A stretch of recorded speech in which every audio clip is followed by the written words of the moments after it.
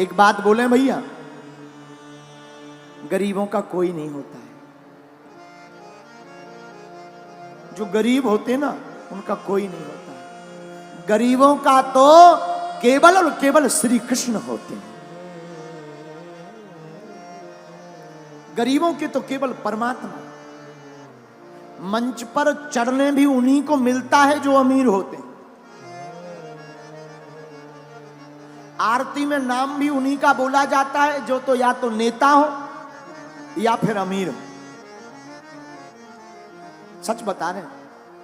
हाँ, गरीबों का कोई नहीं होता। और दोस्ती भी अमीरों की ही अमीरों से होती है। गरीबों के कोई दोस्त भी नहीं होता। रिश्तेदार भी उसी के घर आते जो अमीर हो। मेरे माई बाप, हम भारत के लोगों से आज कथा का अंतिम दिन है और इस कथा के माध्यम से प्रार्थना करेंगे, ग्रेटर नोएडा के पागलों, तुम अमीरों का साथ देना या ना देना, पर एक बार उनके साथ जरूर खड़े हो जाना जिनका कोई ना हो।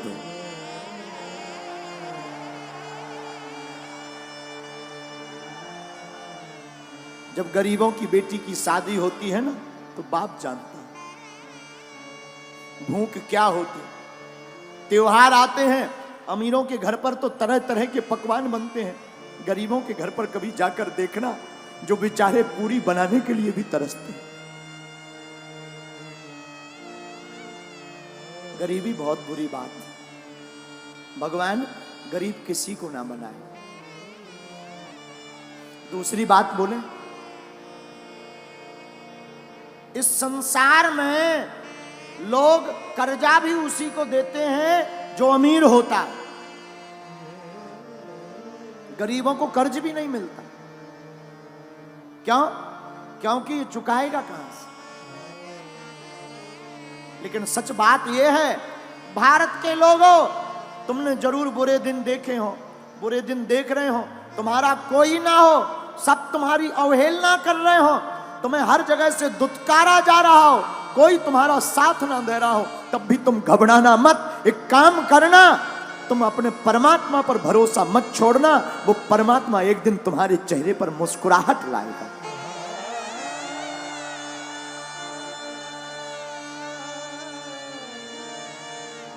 लाए। हमने अपनी जिंदगी में बहुत सहा है, बहुत सहा। अपने जीवन काल में हम जहां रहते हैं, छतरपुर जिले में हमारा गांव है गड़ा गांव। गड़ा गांव छोटा सा गांव है, अब तो ठीक है, छोटा सा गांव। पिताजी तो हमारे कुछ करते नहीं थे। हमारे जीवन का एक बाकिया है जो हमें बार बार याद आता है।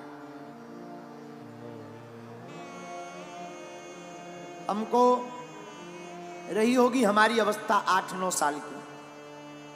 हमने अपनी माताजी से कहा, माताजी स्थिति तो बड़ी बेकार है। भिक्षा मांग करके हम गांव में जाते थे, भिक्षा मांग कर लाते थे, उसी से भोजन बनता था। कई बार तो चावल की रोटी खाकर दिन गुजारे। हम अपनी सत्य घटना बता रहे। एक कपड़ा पहन करके हमने सवा महीना निकाला। हमने माताजी से कहा, मां हमारे मन में इच्छा है कि हम वृंदावन में भागवत पढ़ने जाएं। मां बोली ठीक है। उस जमाने में 2000 रुपया मांगने के लिए हम न जाने कितने घरों पे गए, खुद स्वयं। 8-9 साल की अवस्था होगी, कितने घरों में सिर्फ 2000 रुपया मंगाने गए, किसी ने नहीं दिया।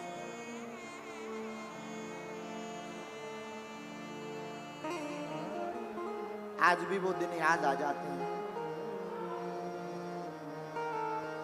बन जाते हैं लाखों रिश्ते, जब पैसा पास होता है टूट जाता वो रिश्ता गरीबी में जो सबसे खास होता है।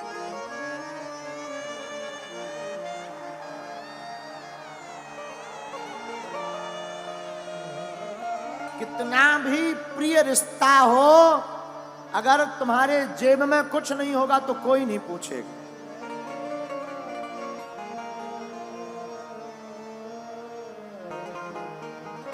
लोग तभी पूछते हैं जब तुम्हारे पास कुछ हो गए। हम भारत के लोगों से प्रार्थना करेंगे, अमीरों की बेटियों की शादी में तो लाखों के गिफ्ट लेकर तुम जाते हो, कभी मौका मिले तो उस गरीब मजदूर की बेटी की शादी में भी पहुंच जाना जिनके घर पर कोई नहीं जाता।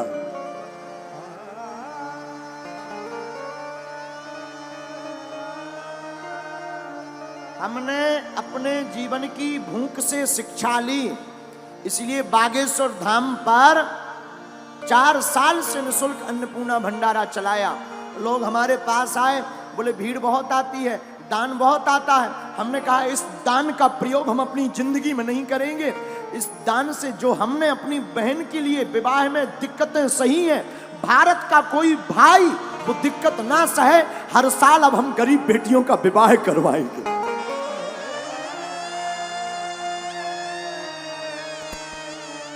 क्योंकि हमने तो सह लिया, हमने भूख भी देखी। माई बाप आज जरूर बैठकर कथा कर रहे हैं, हनुमान जी की कृपा है।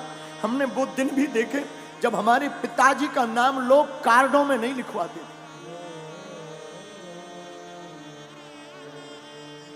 कार्ड में इसलिए नहीं लिखवाते थे कि आएंगे तो फटे कपड़े पहन करके आएंगे।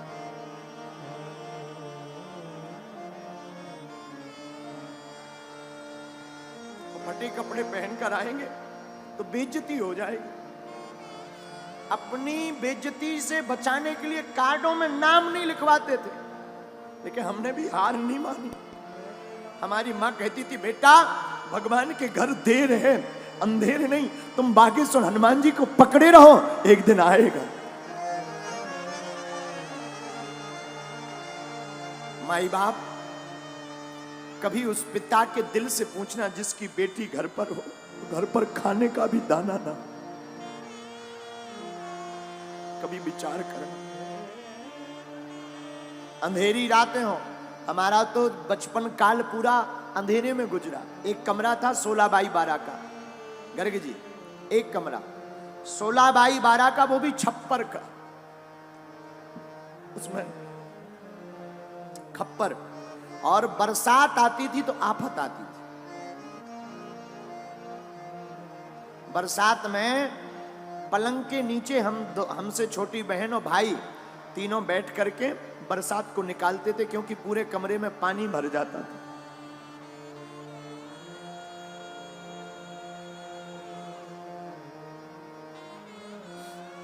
माई बाप भगवान गरीबी किसी को ना दे दे, गरीबी बहुत बुरी है। इससे बड़ा अभिशाप कुछ नहीं है। कोई नहीं पूछता, न मंचों पर आने देते, न आगे होने देते, दुत्कारते अलग से हैं, रिश्तेदार पूछते नहीं हैं। इसलिए माई बाप ईश्वर गरीबी किसी को ना दे। पर हम तुमसे प्रार्थना करेंगे कि तुम्हारे गांव में परिवार में ऐसा कोई हो तो हमारी प्रार्थना है किसी का तुम साथ देना या मत देना।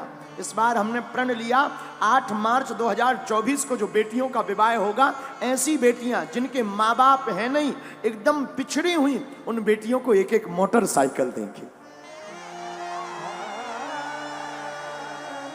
साधु हम तुमसे भारत में दान लेने नहीं आए हैं, हम धन कमाने नहीं आए। भारत के लोगों, हम तुम्हारे दिल में हनुमान जगाने आए हैं।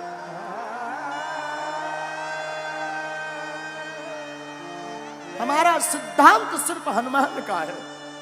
हमारा सिद्धांत सिर्फ इतना है कि सनातन धर्म धर्म धंधा नहीं है। सनातन धर्म पूरी दुनिया का सबसे बड़ा धर्म और करुणा का धर्म है। इसलिए मेरे माई बाप, मेरे भारत के लोगों, ग्रेटर नोएडा के लोगों, तुम्हारा कोई साथ दे या ना दे, पर तुम कभी मत पीछे मुड़कर देखना, ना कभी रोना। मौका लगे तो मेरे बागेश्वर धाम पर आ जाना, मेरा दर खुला है, वो खुला ही रहेगा।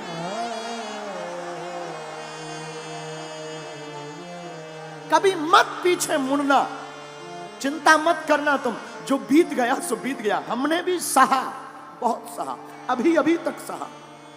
अभी भी कई बार ऐसी परिस्थितियां बन जाती, दान तो हम मांगते नहीं, कई बार परिस्थिति बन जाती है कि लोन लेना पड़ता। लेकिन एक बात बोले, हमारी माँ ने और हमारे गुरु ने हमें एक चीज सिखाई, उसका भरोसा मत छोड़ना।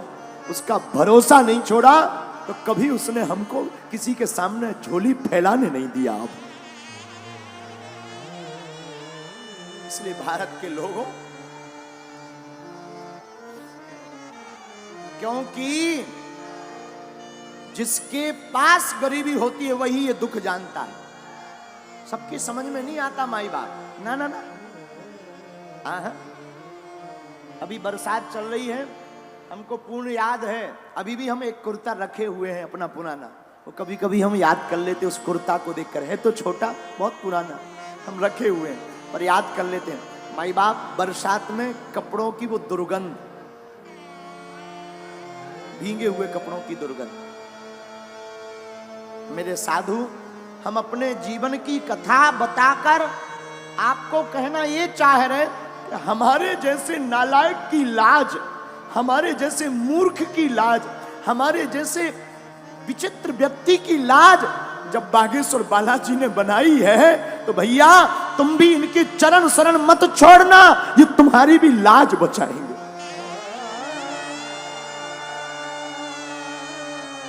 हम ना तो पढ़े लिखे हैं, ये जो आप टीवी पर देख रहे हैं ना, ये हमारा पुराना घर है। यही वो घर है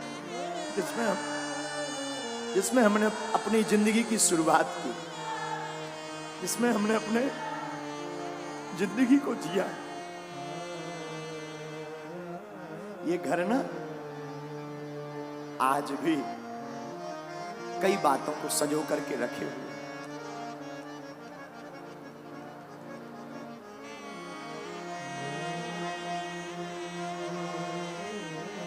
साधु, गरीब का सिर्फ और सिर्फ परमात्मा होता है, केवल राम जी हो, कोई नहीं पूछता। मुझे कौन पूछता था, तेरी बंदगी से पहले मैं खुद को ढूंढता था इस जिंदगी से।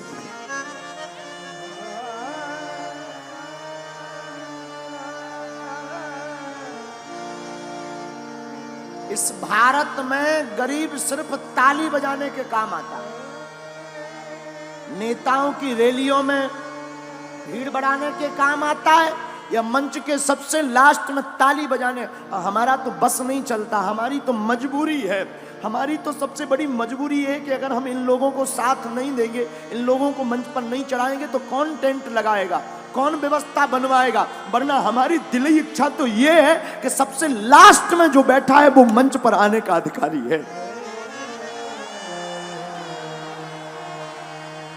लेकिन करें क्या, हमारी मजबूरी है, हमारे हाथ बंधे हैं, इतनी व्यवस्था है नहीं, इतना धन है नहीं। लेकिन फिर भी जब कभी हमारे पास व्यवस्था हो जाती ना, तब हमने एक प्रण लिया, हम जंगल में जाकर आदिवासियों वनवासियों के बीच में जाकर अपनी तरफ से, धाम की तरफ से खर्च करके टेंट लगाकर उनको यजमान बनाकर कथा करवाते हैं। फिर वो मंच पर आते हैं, वो मंच पर आरती करते हैं और बड़े बड़े नेता नीचे बैठकर उनके लिए ताली बजाते हैं। तो हमें बड़ा मजा आता है। क्यों?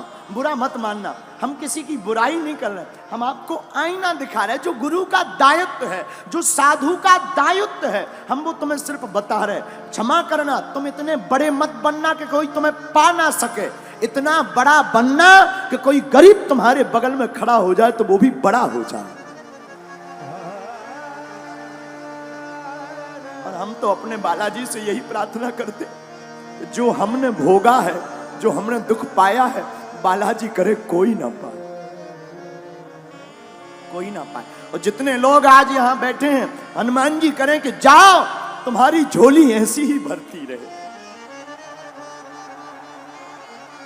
तुम्हारे काले दिन बुरे दिन आज से ही दूर हो जाएं, तुम्हारी जिंदगी में आज से ही खुशियां भर जाएं। जिन जिन ने कथा सुनी, जाओ तुम पर हमारे हनुमान जी की, सन्यासी बाबा की जैसी उन्होंने हमारी लाज राखी, तुम्हारी भी वो राखें।